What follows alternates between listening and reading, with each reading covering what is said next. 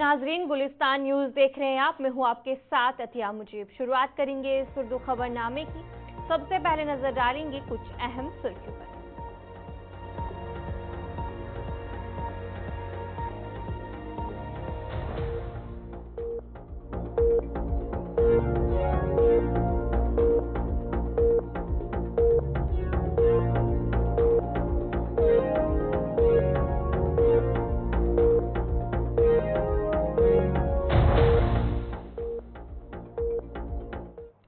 तो चलिए जी, कुछ अहम सुर्खियां। अब दीगर खबरों की तरफ भी रुख करेंगे। जम्मू कश्मीर हुकूमत ने अपनी पावर डेवलपमेंट डिपार्टमेंट के जरिए 5 फरवरी को करीब शाम 4 बजे के करीब सिविल सेक्रेटरीट जम्मू में एक आला सतही इजलास तलब किया है। इस इजलास में पावर सेक्टर की असलाहियत पर तबादला ख्याल किया जाएगा। खास तौर पर पावर डिस्ट्रीब्यूशन की प्राइवेटाइजेशन के हवाले से इस प्राइवेटाइजेशन के मंसूबे के रद्द अमल में Jammu Kashmir power employees coordination committee ने 4 फरवरी को रियासत में भी एहतजाज की अपील की है। और इसी पर Naseer Ahmad Bhat, chairman Jammu Kashmir power employees coordination committee ने पावर डिस्ट्रीब्यूशन की इस मुजावजा पर शदीद रद्द अमल जाहिर किया। उन्होंने इस फैसले को मुलाजमीन के मुफादात के खिलाफ करार दिया है। और उनकी तरफ से क्या कुछ कहा गया है, आपको सुनाएंगे। देखिए जी, मैं पीडीडी में काम करता हूँ। मेरा नाम नसीर अहमद भट्ट है। ये तो पहले बहुत सारी एसोसिएशंस का अमलगम है। जो हमने कॉल दी है वो इस कॉन्टेक्स्ट में दी है कि एक लेटर निकली है 2/5 को जो मीटिंग होने वाली है अबाउट प्राइवेटाइजेशन ऑफ डिस्ट्रीब्यूशन। हमें ये अप्रेंशन है, पहले तो हम स्टेक होल्डर्स हैं। हमने इतनी मेहनत करी है इन सालों में कि ये नफ़ा बख्श लाइनों पे आए, लॉसेस कम हो गए हैं। जो कि आपने भी देखा होगा कि रेवेन्यू कितना बड़ा है, कितना इंफ्रास्ट्रक्चर ठीक हुआ है, लोग कितना अभी फीस भर रहे हैं। हमारे जो सर्विस राइट्स है वो कहाँ तक प्रोटेक्ट है, हमें इस बारे में कुछ नहीं बताया गया है। ये सडनली एक चिट्ठी आती है जिससे क्यूरियोसिटी हर एक मुलाजिम में पैदा हो गई। तो इसको मद्देनज़र देखते हुए हमें बुलाया नहीं गया, हमें कुछ नहीं बताया गया। तो हमने ये बेहतर समझा कि हम एक प्रोटेस्ट कॉल देंगे, तो इनको बावर करेंगे जो आप चीज़ कर रहे हो उसमें हमारे लोगों का भी नुकसान है, हमारा भी नुकसान है और हमारे स्टेट का भी नुकसान है। हाँ, कुछ ऑफिसर्स का पर्सनल बेनिफिट हो सकता है इसमें, लेकिन डिपार्टमेंट और जो हमारी स्टेट है उन चीज़ों से नहीं चलती है। जो हमारा घर है वो उस चीज़ से नहीं चलता है।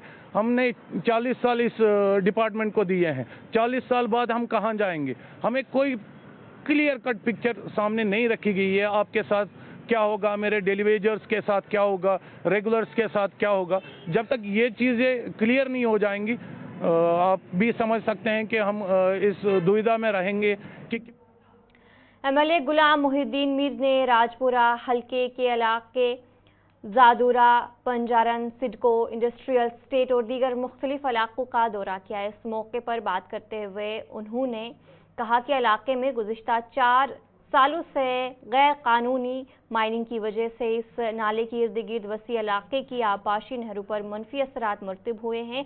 उन्हें यकीन दहानी कराई कि वो इस मामले को मुताल्लिका वजीर के साथ उठाएंगे ताकि लोगों को किसी किस्म की राहत मिल सके। भी आ रहा है इसमें जो पहले जो इलीगल माइनिंग हुई है बहुत ज्यादा हुई है। अब चूंकि इस वक्त मैंने डीएमओ से भी हमने बात किया, हमने डिस्ट्रिक्ट एडमिनिस्ट्रेशन से भी बात किया और हमारे जो ऑनरेबल मिनिस्टर है इसकी सुरेंद्र चौधरी जी, उसने भी हिदायत दी है, क्लियर हिदायत दी है कि माइनिंग अब ये इलीगल माइनिंग बंद होनी चाहिए। और आज रुकी हुई है माइनिंग आज नहीं हो रही है, लेकिन नुकसान तो काफी हुआ है। अब जो ये एरिया है ये सड़कों के साथ, चूंकि ये लगभग उन्होंने ये 1000 कनाल जमीन है जिस पर वो इलीगल माइनिंग की हुई है और बहुत से नीचे जो खड़े उन्होंने जो खोदे हैं बहुत नीचे 20 फुट 30 फुट नीचे वो उन्होंने खोदा है। अब मैं ये कोशिश कर रहा हूँ कि मैं अभी यहाँ जो सड़कों के मैनेजर है उससे भी बात करूंगा और हमारे जो मिनिस्टर कंसर्न मिनिस्टर इंडस्ट्रीज और कामर्स के हमारे सुरेंद्र चौधरी जी, उससे भी मैं जम्मू जाकर बात करूंगा, ताकि ये जो ज़मीन है 1000 कनाल, मैं चाहता हूं कि ये भी सिडको को हम दे देंगे, ताकि सिडको बाकी जो इंडस्ट्रियल एरिया ये फैल जाए, ये एरिया भी उन्हीं को हम दे देंगे, सिडको को दे देंगे। और जो जुडरा में वाटर सप्लाई स्कीम है वो भी अनकरीब चालू हो जाएगी। कोशिश है लोगों के जो मुश्किलात है, लोगों की जो परेशानियां है वो हम दूर कर सके। टंगमर्ग सूमो टैक्सी एसोसिएशन की जानिब से सख्त चेकिंग का अमल जारी है और इस बात को यकीनी बनाया जा रहा है कि बगैर चैन के किसी भी गाड़ी को टंगमर्ग से गुलमर्ग जाने की इजाज़त ना दी जाए। ये इक़दाम बर्फबारी के मौसम में बढ़ती हुई बर्फ के सबब किया गया है ताकि गाड़ियों के फिसलने और हादसात से बचा जा सके, जो कि गुलमर्ग की जानिब जाने वाली सड़कों पर बर्फबारी का असर ज़्यादा होता है और फिसलन का खतरा बढ़ जाता है। इसलिए मकामी हुकाम और ट्रांसपोर्ट एसोसिएशन ने यह फैसला किया है कि गाड़ियों में चेन लगानी ज़रूरी है। एसोसिएशन ने सख्त हिदायत जारी की है कि तमाम गाड़ियां जो टंगमर्ग से गुलमर्ग की तरफ रवाना हो उनमें चेन लगाना लाजमी है। इसके अलावा टंगमर्ग सूमो टैक्सी एसोसिएशन ने चेकिंग के अमल को मजीद सख्त किया है और गाड़ियों की तलाशी भी ली जा रही है ताकि ये यकीनी बनाया जा सके कि तमाम गाड़ियां इस ज़ाब्ते पर अमल कर रही हैं और इक़दाम का मकसद सयाहों और मकामी लोगों की हिफाजती को यकीनी बनाना है। इसी पर पेश है एक खास रिपोर्ट। बड़ा इंपॉर्टेंट है जब आप हेली ड्राइव करते हैं, आप देखिए किस तरीके से चेन जो है गाड़ी में लगाना बड़ा इंपॉर्टेंट है। और अगर चेन नहीं गाड़ी में होगी तो डेंजरस कह सकते हैं, ड्राइव भी हो सकती है, हादसा भी हो सकता है। यहाँ पर बाज़ाब्ता तौर पर जो है प्रॉपर चेक किया जाता है, किसी भी गाड़ी को आगे जाने की इजाजत नहीं दी जाती है जब तक जी हाँ उन्होंने पूरी तरह से यहाँ पर चेन गाड़ियों में नहीं लगाई है। ये आप देख सकते हैं। अस्सलाम वालेकुम जी, आपसे जानना चाहूंगा मैं, कितना इंपॉर्टेंट है चेन लगाना और कितना चेक करते हैं आप? जी सर, हम इसीलिए यहाँ पे बैठे हैं, हम टाटा सूमो यूनियन टंगमर्ग से हैं। ओके। तो हम चेक करते हैं यहाँ पे चेन किसके पास है। चेन के बिना तो गाड़ी नहीं चढ़ सकेगी। जी जी जी जी। अच्छा, ये बताइए हजरत, जो लोग चेन के बगैर जाते हैं तो क्या आप उधर चलेंगे थोड़ा, क्या उस गाड़ी को आप अलाउ करते हैं जो चेन के बगैर जाते हैं? नो सर, नहीं जाते हैं। नहीं जाते। तो कोई मनमानी वगैरह तो नहीं करता है? नहीं, मनमानी नहीं करता है। नहीं। तकरीबन क्या लग रहा है आपको कि अगर चेन लेनी भी होगी तो कहाँ से वो ले सकता है या किस तरीके से गाड़ी में लगा सकता है? जिसके पास चेन नहीं होगी तो यहाँ सामने में चेन किराए पे देते हैं, तो वहाँ से वो ले सकते हैं। अभी अगर बात करें तो रोड का हाल कैसा है? रोड तो अभी खराब है। रोड की कंडीशन फिसलन वगैरह है। फिसलन है। यानी अगर किसी को ड्राइव करना है तो एक्सपर्ट ड्राइवर होना चाहिए। जी जी जी। तो क्या लग रहा है आपको, कोई खुदा ना खास्ता अगर कोई बीच में अगर कुछ गड़बड़ हो जाती है, एक्सीडेंट होता है, रेस्क्यू टीम वगैरह है रास्ते? यहाँ पे रेस्क्यू टीम है, हम टाटा सूमो यूनियन से हैं। वहाँ पे हमने वो रिकवरी भी रखी है। जब हमें कॉल आती है तो हम फौरन उधर जाते हैं, तो गाड़ी जो भी फंसी होती है उसको निकाल देते हैं। अच्छा, ये भी बताइए हमें कि कोई इंपॉर्टेंट फोन नंबर, अगर कोई रात को फॉर एग्जांपल कहीं गाड़ी फंस जाती है या कुछ आपने रखा है रेस्क्यू करने के लिए? बराबर, हमारा ऑफिस नीचे पे लगा है, वहाँ पे उस पे फोन नंबर हमने दिया हुआ है। किसी को कोई भी प्रॉब्लम होगी तो वो हमारे साथ कांटेक्ट। आप खुद भी सर्वे वगैरह करते हैं, चेकिंग वगैरह के लिए जाते हैं? अभी हम गुलमर्ग से आए हैं, हमारी रिकवरी साथ में थी, तो हमने देखा 2-3 जगह पे गाड़ियाँ फंसी थी जी, तो उनको हमने रिकवर किया। तो इस बारी आपको क्या लग रहा है, फ्लो कैसा है टूरिस्ट का, लोकल का? जी, इस साल तो मेरे ख्याल से बहुत अच्छे टूरिस्ट आ रहे हैं। अच्छा, सब लोग कमा रहे हैं, यानी बुकिंग वगैरह बढ़िया है? बुकिंग बढ़िया है। चलिए, बहुत बहुत शुक्रिया बात करने के लिए। बड़ा इंपॉर्टेंट था कि आप देख सकते हैं कि यहाँ से किस तरीके से जो है गाड़ियाँ आ रही है और प्रॉपरली जो है इन्हें चेक किया जाता है। यानी जो डेस्टिनेशन गुलमर्ग तक अगर किसी को गाड़ी लेकर जानी है तो पहले उसकी चेन चेक की जाती है, गाड़ी चेक की जाती है, प्रॉपर वेरिफिकेशन होने के बाद, यानी पूरी तरह से जांच पड़ताल होने के बाद। और सबसे बड़ी बात आप देखिए, ट्रैफिक पुलिस भी यहाँ पर खड़ी है, यानी कोई कॉम्प्रोमाइज नहीं चाहिए और ट्रैफिक पुलिस किसी भी चीज को लेकर कॉम्प्रोमाइज नहीं करेगी, क्योंकि प्रॉपर जी हाँ, जान है तो जहान है। यहाँ से आप देख सकते हैं मेरे वीडियो जर्नलिस्ट मोहम्मद शफी मेरे साथ है। और साथ ही साथ जबकि हम बात कर ही रहे हैं चलते चलते प्रोग्राम को लेकर, अब और एक जगह पर चलेंगे, दोस्तों से करते हैं बात, देखते हैं। भमामा कुपवाड़ा में दौरान शब एक आग लगने का वाकया पेश आया और इस आग लगने से एक मकान मुकम्मल तौर पर जलकर खाकसर हो गया। इतलात के मुताबिक ये इस घर में 4 बच्चे और उनकी वालिदा रहती थी और वो पानी की अदम दस्तियाबी की वजह से अपने रिश्तेदारों के वहाँ मुंतकिल हुए, जबकि 2 बच्चे दूसरे घर में सर्दी से बचने के लिए मुकीम थे। और इस मौके पर पुलिस ने वाक़े की इब्तदाई तहकीकात शुरू कर दी है ताकि आग लगने की वजूहात का पता लगाया जा सके। इसके अलावा मुतासरा ख़ानदान है, उन्होंने हुकूमत से मदद की अपील की है। जनाब मदद से बगैर तो चारा ही नहीं है। अब आज तक 20 साल हो गए, 15 साल लगभग हो गए, ये जो हमारा जमाई था वो मर गया, तो उसको कैंसर था, तो मैं इसी लड़की के पास बैठा था, तो पानी से बगैर यहाँ लकड़ी भी नहीं थी, पानी भी नहीं था। हमने सोचा कि आज चरे कलान है, इसमें हम किसी जगह में 1 महीने के लिए गुजारा करेंगे, तो चले गए उधर। लड़की बीमार थी, श्रीनगर में चले गई अपनी दवाई के लिए डॉक्टर के पास। मैं चला गया कलारूस में, तो आज रात को मैंने सुना कि मकान जलकर ढेर हो गए। इससे अगर ठीक था, आज रात को सुना मदद, बस मदद से बगैर कुछ नहीं, बिजली नहीं थी उस टाइम, बिजली नहीं थी, कोई पता नहीं किसने क्या किया, अल्लाह ही को पता है। कोई सहारा नहीं चाहिए, 4 बच्चे ये थे, बाप मर चुके, पड़ोसी मदद करते थे, एक दूसरा करता था, दिन निकलता था, सब कुछ जल गया। अब क्या गवर्नमेंट से क्या अपील है? गवर्नमेंट हमारी मदद करे, मैं बच्चियों को जीती, मैं बच्चियों को लेकर कहाँ जाऊंगी, किसके घर में जाऊंगी, कौन मुझे जगह देगा? सब कुछ जल गया मेरा, इधर कुछ नहीं बचा, कपड़े भी नहीं, बस इतने ही जो मेरे घर में इधर पहने हैं, बस और कुछ नहीं। अल्लाह ही का सहारा बस। पटन के पलहाला NTPHC में एक्सरे मशीन कई सालों से खराब पड़ी हुई है, जिसकी वजह से मरीजों को शदीद मुश्किलात का सामना है। मरीजों का कहना है कि एक्सरे मशीन मरकज में नस्ब की गई थी, मगर कुछ ही अरसे बाद इसे लॉक कर दिया गया है। और इस मौके पर BMO पटन ने बताया कि उनके पास कोई एहलकार नहीं है जो इस मशीन को चला सके, इसलिए इसे लॉक किया गया है। कि इसमें एक एक्सरे मशीन तैनात की गई है, जहाँ पे कोई टेक्नीशियन अवेलेबल नहीं है। हमारे जो यहाँ के लोग हैं वो सफ़र कर रहे हैं, इस वजह से हम हुकूमत से यही दरख्वास्त करते हैं कि यहाँ पे एक लैब टेक्नीशियन हो, जिससे हमें सहूलियत मिल सके। हमें बहुत तकलीफ हो रही है यहाँ आने के लिए, यहाँ पे एक्सरे के टेक्नीशियन है ही नहीं।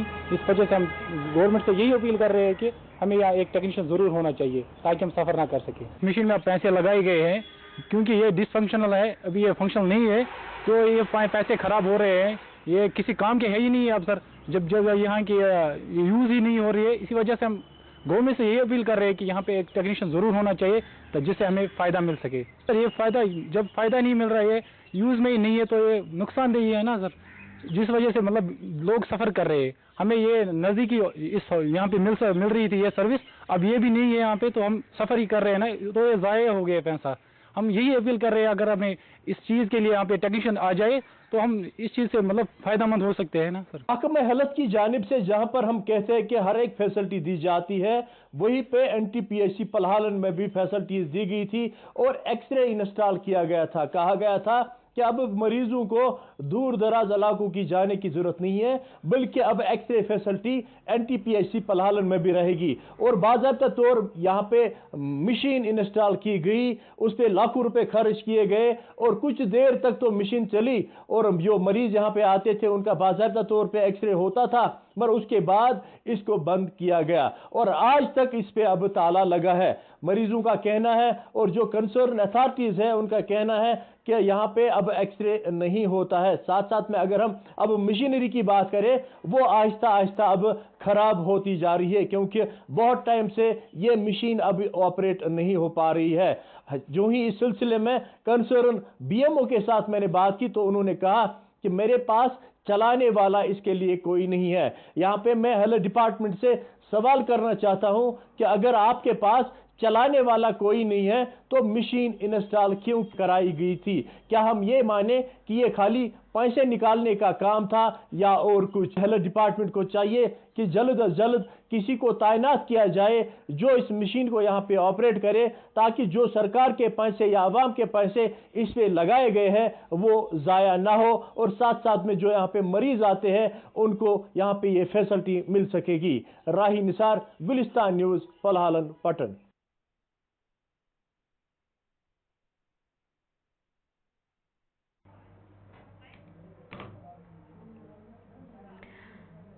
सीपीआईएम की जानिब से एक रोज़ा रीजनल कॉन्फ्रेंस आज जम्मू में मुनक्किद की गई और इस मौके पर मोहम्मद यूसुफ तारिगामी ने गुलिस्तान न्यूज़ से खास गुफ्तगू की है। उनकी तरफ से क्या कुछ कहा गया है आपको सुनाएंगे। ये जहाँ तक हमारी कॉन्फ्रेंस का जम्मू रीजनल कॉन्फ्रेंस सीपीआईएम की हो रही है, पूरे देश में हमारा जो ढंग है, हम हर 3 साल के बाद ब्रांच से लेकर मरकज़ की कमेटी तक कॉन्फ्रेंसें करते हैं और उस तरह हम तरतीब देते हैं अपनी पॉलिसी को, अपनी दिशा को। लोगों के साथ जो सलूक रवा रखा जा रहा है सरकार की तरफ से, उनके मसाइल जो है उन मसाइल पर चर्चा करते हैं हर सतह पर, गाँवों की सतह से लेकर ऊपर की सतह तक। और इसी वजह से आज ये कॉन्फ्रेंस हो रही है।